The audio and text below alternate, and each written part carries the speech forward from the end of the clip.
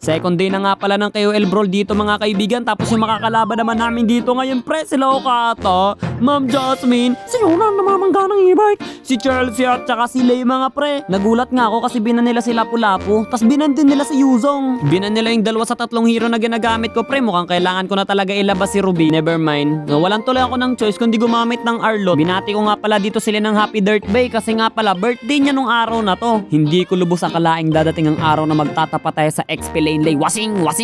Oy, teka lang naman kaibigan. Wasa! Wasing! Wapak! Ano, dadalaw ka pa. Ayun lang, joke lang, Recall. Palumpalo naman to si Okata pero hindi ako magpapatalo. Ha, ayun, ikaw na naman. Grabe ka naman, Recall. Feeling ko crush ako ni Okata at feeling ko nandito sila. Wasing! Huli ka balbon. Wasa! Ay, teka lang. Wasing! Wapak! Wapak!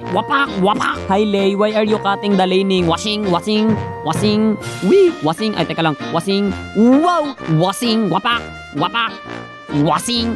Wapak! Wasing! Hindi ko isusuko ang XP lane. Wasing! Wapak! Wasing! Oy, teka na istan. Wasing! Oy, wow! Grabe! What a nice hook! Pero eto ang what a nice Walis! Wapak! Wasing! Wapak! Ay, teka lang. Wasing! Wapak! Sabay alis na parang, uy, ano yun? Sino yun? Bakit ka tumatalon, Shaknu? Alam nyo kasi, bilang isang XP laner, kailangan maging maingat kayo sa pagpasok sa mga damo. Namumuro na talaga to si Okata sa akin. O, tingnan mo, andito na naman siya. Andyan ka na naman, Recall. Hindi ko isusuko ang Pilipinas! Ang mahiwagang set! Wasing! Sabay wapak, washing, sabay alis na parang nating happen. Ayun, nakapatay na kami ng isa, okay na yan. Dito lumalabas na kami ng base kasi nararamdaman naming nasa amin na yung momentum parang mananalo na kami.